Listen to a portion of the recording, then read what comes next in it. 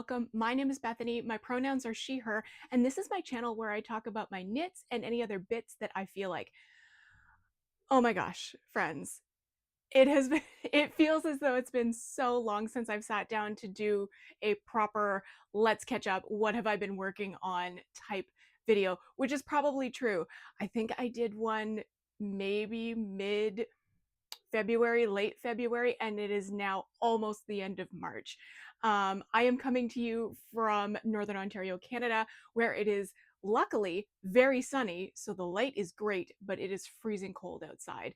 Um, you know, we seem to have not gotten the memo that it is in fact supposed to head towards spring, but you know what? We're going to make the best of it. It is what it is. Okay, let's get started. Let's talk about the elephant in the room. I am wearing the yellow sweater.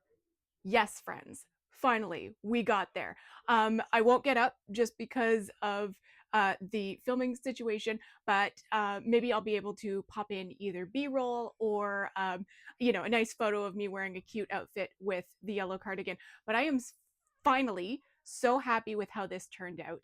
This is the Ochre cardigan by Ambah O'Brien, and I used Fireweed Fiber Co. I think it's Violet Sock. If I'm wrong, I'll correct myself. And the colorway name was Put a Star on It, which I think is pretty accurate. The main feature of this cardigan is this lovely. Also, let's talk about this before we get too far. I got a new tattoo, friends, and look at that. It is a knitting tattoo. It's a little bit more than a week old, so luckily we are past the gross peely stage, but we're not yet fully healed. So it still has a way to go, but like, isn't it fun? It's just a lovely sort of Victorian style hand holding a ball of yarn, because you know what? I figured it was time. I figured it was time. And I'm really, really happy with it. Of course, now it's one of those things I might need to get a not matching tattoo, but a coordinating tattoo on my other forearm to balance it out, because in terms of placement for my tattoos, I really like it to be balanced. So I have like one tattoo each on each forearm, one tattoo each on each calf, like that's what we're doing. So like, it looks imbalanced now, but we'll see. We'll see. I really like the idea of there being another like hand like this one over here, but holding something else. So I'm gonna cogitate on that and maybe talk to my tattoo artist and see what she thinks. Shout out to her for doing this for me. She's wonderful. She's done most of my tattoos. You can find her on Instagram at tattoos by Xandra with a Z, and she's wonderful. I love her. Okay, let's go back to talking about the cardigan. The big pattern detail is this sort of V lace that is on the cuffs and on the hem. And my biggest thing was the saga of this sweater. I feel like I need to link all of the videos where I talk about the saga of this sweater, but basically I knit it too big the first time. Less sad. It kept falling off my shoulders. And when I reknit it, it fit better the second time, but I was still sort of having a bit of an issue with it, like sort of crawling off my shoulders, slipping off my shoulders. I do have very sloped shoulders, as it turns out, but it felt a little excessive the first time, and it was because it was too big. This was better, but I was still kind of struggling, and I'm like, well, maybe if I put a more significant like neckline on it, maybe that will sort of keep it in place, because before it was just not I-cord, but it was sort of like I-cord, where it just kind of like curled in and was very casual looking, and I didn't hate that, but it wasn't helping it stay on my shoulders. So luckily I had enough yarn left over that I was able to go back, pick up along that edge pretty nicely, and I just did I do one by one? I did one by one ribbing all the way around, I'd say for 6-7 rows, so that I've got this little bit of an edge to it, and it fits so much better. And I have to say that the feel of this yarn is very nice. I hadn't noticed when I purchased it that it had cashmere in it, but when I started working with it, I'm like, man, this feels really good. So I looked at the label. It's got some cashmere in it, so it feels really, really nice. So I'm really, really pleased with it. And if you've been here for a minute, you know that yellow, you might know that yellow is not like my number one color, but I think this is really good. And so far, even though the weather hasn't been quite conducive to wearing this, it goes with a lot more of my wardrobe than expected. I'm also trying to like stretch my boundaries in terms of like what I put together these days for my outfits, just so that I can try to like really get my knitted things into my daily outfits where possible. And I thought I would struggle more. I thought I'd be like, oh, it's like, oh, I got two outfits that I can wear this with because I've got a dress that's got this yellow in it, which would look very cute and coordinated. And then I was like, okay, and then it'll be like white t-shirt and jeans, right? And I was like, yeah, that'll be good enough for me. That's fine. But I've been able to find different ways to wear it, different things to wear it with that I didn't think would um, would go. So I'm doing a little bit of like experimental color theory while wearing this cardigan. Uh, so yeah, the saga of this sweater is over. Also, and I might go over this towards the end, but knitting this sweater was on my list of making goals for 2026. Friends, we can check that off. We can check a thing off the list. And doesn't that feel good? That feels great, actually. Okay, let's move on to what else I have finished. So we might go in chronological order, or we might not. I just have a pile of things here, so let's have a look. I believe I had cast these on when I had filmed last. My gosh, uh, I'm rusty, guys. And so these are just a little shorty pair of socks using a previously unused ball of Lang Yawl fingering and some leftover um, full moon fibers solar sock that had been left over from another sock set, and there was just enough uh, to do uh, to do short cuffs and toes. I think they're really cute. I forget whether I made them my size or whether I made them sort of more average shoe size so that I could give them away, but I think they turned out really nicely. They were a very nice sort of palette cleanser while I was finishing this and casting on some other stuff that took much longer. Yeah, it was nice to sort of just be able to flip to these, but also like finish them in a shorter amount of time and have that done. So I did finish another pair of socks. These ones were almost done. They may have even been blocking, maybe, or was I on the toes? I don't remember, but these are what I was calling my summer sunset socks because that is the name of the colorway. I believe this was Yarnalia Stormy Sock, and then in the colorway Summer Sunset. And I like how they turned out kind of stripy, but not matchingly stripy. They're really cute. I like them. So yeah, this was fun to work with because it was like working with self-striping, but not quite. So it did keep me engaged. The pattern that I decided to use for this was my OG. This is the pattern I used learning to knit fingering weight socks, which is the basic rib sock by Kate Atherley. And the big feature is that it's a 3x1 rib all the way down. And it's really nice. Just enough texture on there to keep you entertained. Because otherwise, sometimes stockinette socks can feel like a slog when you're doing them like full length. I think I did actually knit these a little longer than I have a tendency to. Normally, I do a 6-inch leg, and I think I did closer to 7 on these because I knew I had lots of yarn. So yeah, I think they're really, really cute. Okay, big thing that I finished. I forget whether this was a whip when I filmed in February. I think it was, and I can't remember where I was when I showed it, but I finished, and I don't think I'm going to get this in frame, friends, and I'm also not going to put it on and disturb the mic. But this is my Mooncat shawl. Let's do the thing where I just pass it along the screen so you can see how big it is. So here we go. Do, do, do, do, do, do. Oh my gosh. Ah, still going. Yeah. So it looks really good. I used a partial skein of, oh my gosh, some leftover variegated, like very variegated with a white base. And then the other two colors, this one here and the blue one at the bottom, were both Pretty Strings. I know it's Pretty Strings yarn.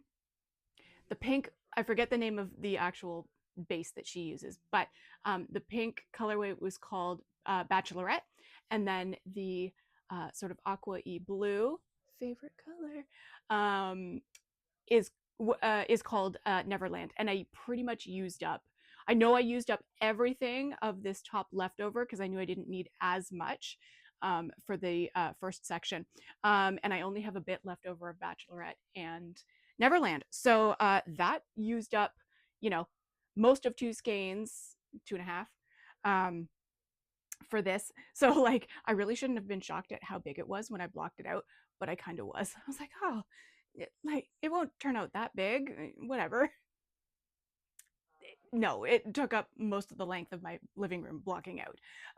So, but yeah, I'm really pleased with it. I have worn it a couple of times underneath my winter coat because my winter coat is basically this really bright pink, and really nice to bundle around the neck. I've also, because I've had it at work with me, just put it on, and I can put it on this way. It's not very nice for you. It's like, oh, that doesn't show me anything, Bethany. But like, I've also just worn it like at my desk like this if they decide to turn on the air and suddenly there's a draft on my neck.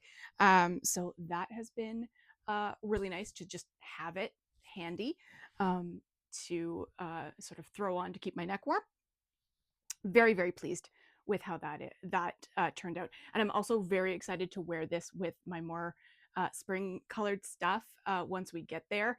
I have a couple of denim jackets. I also have like a lavender colored jacket, which would be really interesting to wear with this because it's sort of in the palette but doesn't match. So that is very exciting.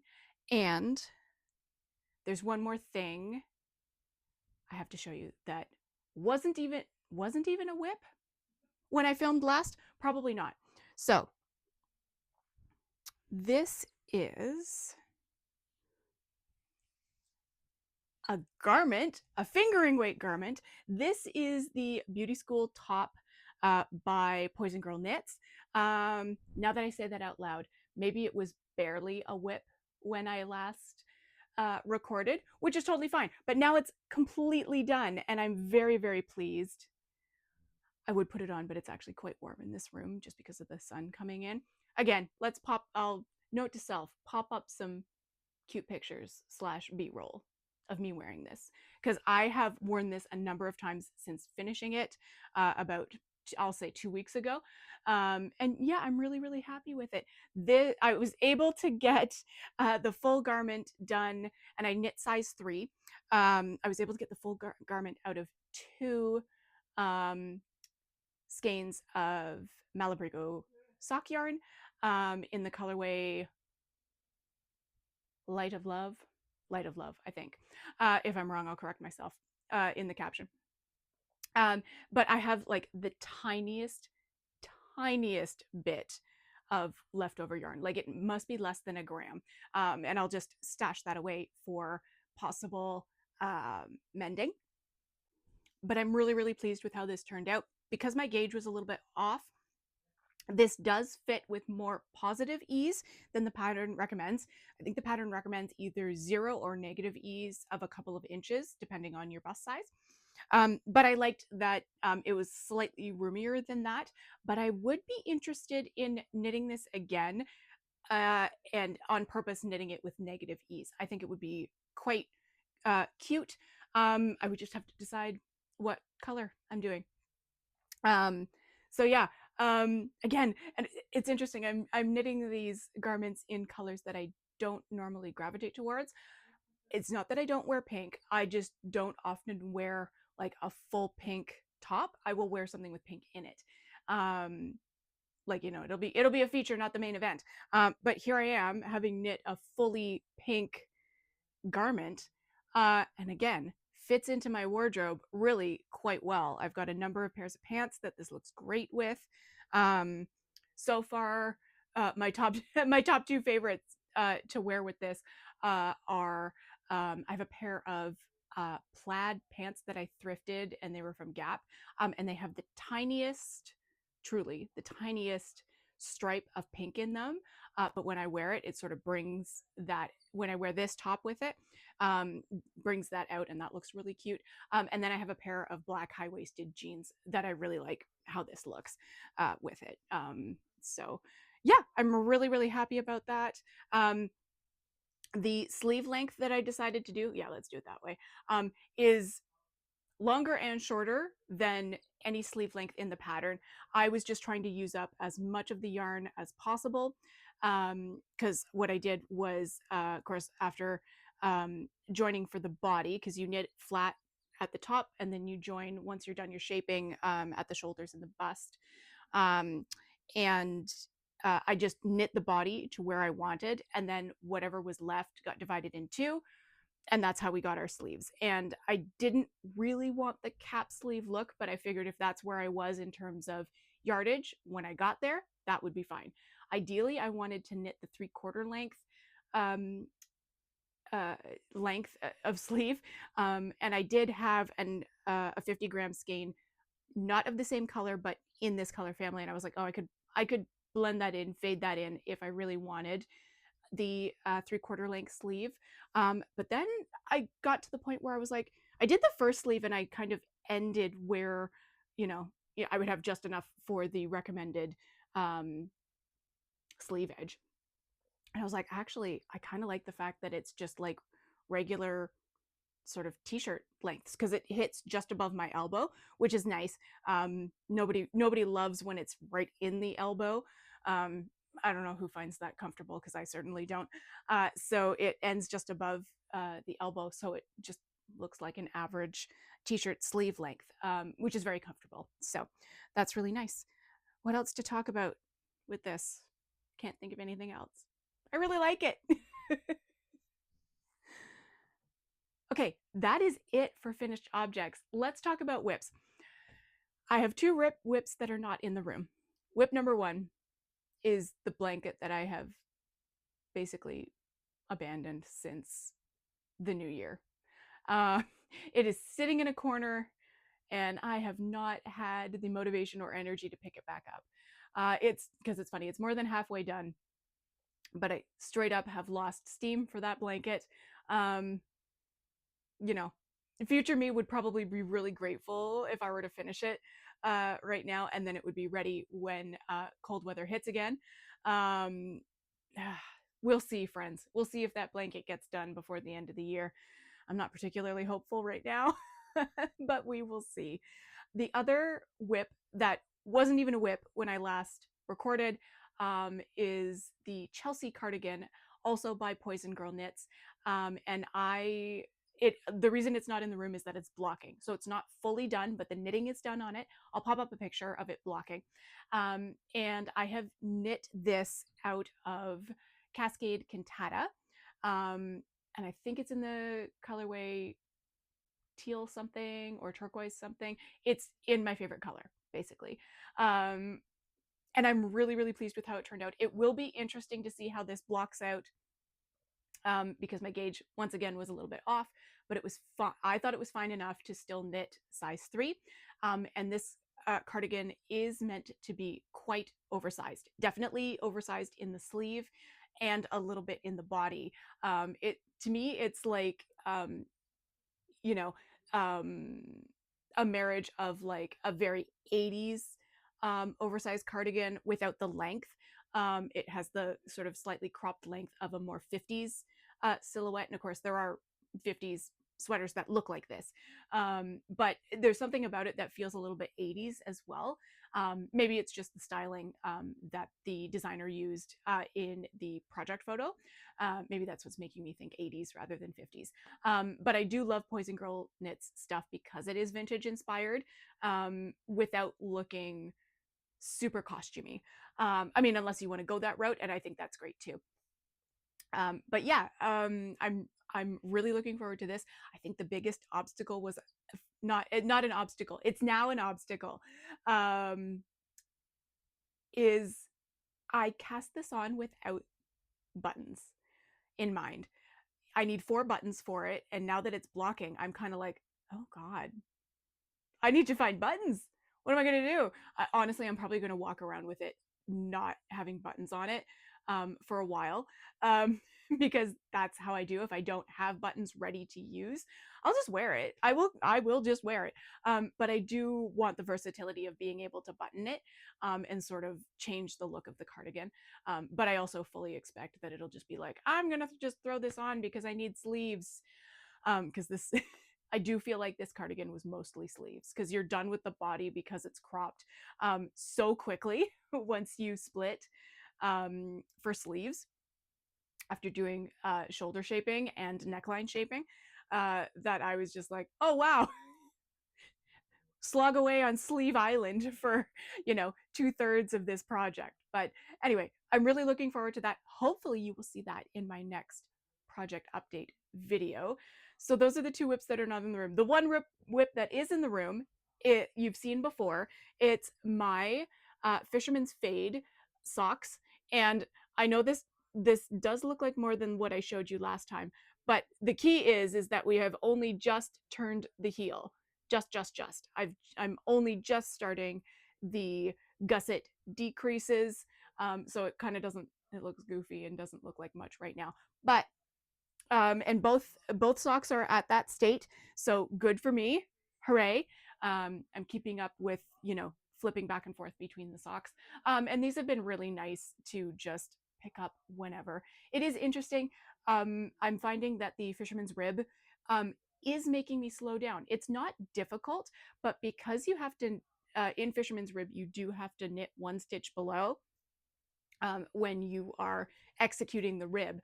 It does make me slow down because even with the needles that I'm using, it is easy to knit 1 below to do that. But it does make me slow down because more than once I have almost dropped a stitch doing that, trying to sort of go at my my pace when I'm just knitting stockinette or ribbing, which I find very easy to do and very quick. So it's honestly, it's kind of nice that these socks have slowed me down a little bit.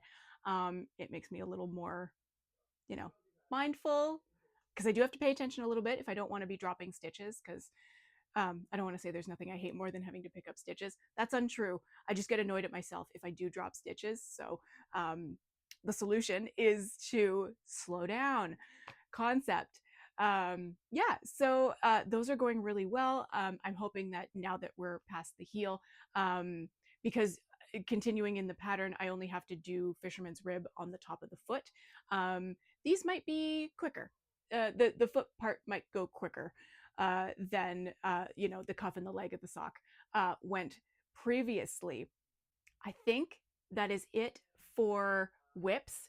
I did wind yarn for a new project just this morning, mostly because I am feeling like just a little bit of FOMO not going to Knit City Toronto. I had thought about it. Toronto isn't particularly, it is not outrageously far from where I live. So it would be doable. But it does mean doing what my husband calls a turn and burn. Basically, you get up stupid o'clock in the morning, you drive to Toronto, you do the thing that you're going to do in Toronto, and then you immediately get back in the car and you drive back north. Right? So it is doable. You can go down and back from Toronto in a day, but man, that is a lot of driving in a day. So I hemmed and hawed about going to Knit City Toronto, and Mostly just due to energy levels. I was just like, I can't, I don't think I'm going to have the energy to do that. And even though my husband theoretically was willing to be like, no problem, I love a road trip, let's get in the car. I was like, no, let's just pump the brakes on that. There will be other um, knitting events to go through, basically starting now right through to like what, October, November. There's all sorts of stuff coming up in the spring and summer. So hopefully I will go to something like that someday. I do want to go to one of the Knit City, like really big ones, um, because the quite literally the biggest kind of fiber festival type thing that I've been to is the Berry Fiber Spirit, and I vlogged that this past summer. But that's literally the biggest thing that I've been to that I have recorded. And you know, I haven't been to anything else big. I've never been to Rhinebeck. You know, I haven't done um, Twist Festival in Montreal. I haven't done that either. You know, I haven't gone to a big yarn festival. So I think that would be fun. So depending on where uh, Knit City ends up, you know, the next time, because like the last time when it was in Vancouver, that was way too far for me. I probably could have done Montreal, but again, timing was bad for that one. And of course, when it popped up that it was going to be in Toronto, I'm like, oh, it's actually close this time. But I decided not to, and I think that was a really smart choice. Anyway, all that being said, that I'm recording this the weekend of Knit City, Toronto, and I genuinely am feeling a little bit of FOMO, right? I'm not immune. So I have caked up a skein of Frosted Stitch Deep Freeze DK, and I'm considering either doing a another jaunty shawl, um, like sort of small scarf version, or a simple thing version. It's just like, what texture do I want? Do I want fisherman's rib texture, or do I want garter? TBD. We're gonna find out. You'll find out in the next video, I guess. Um, I think that is it for today. I'm not gonna forecast any more projects, mostly because I just I gotta finish some more stuff. I'd like to finish the socks that I showed you. I would like to put in a little bit of time on that blanket just so that I feel a little bit better about myself. Um, and then we'll see what I decide to cast on when I record next. Thank you so much for being here. I hope that um, the vibe of this video has given you a little bit of maybe spring vibes, maybe with the color, or at least with the sunlight that we've got coming through the window today. I hope maybe it's spring where you are. If it is, let me know. Let me live vicariously through you until the snow melts here. Like I said, thank you so much for being here. I really appreciate you. If you want to follow me, the link to my Instagram and my Ravelry is below. Also, again, I'm really bad at doing this, but if you'd like to like and subscribe, that would be fantastic. The channel is still growing slowly, and I'm grateful for anybody who decides to subscribe and keep watching my videos.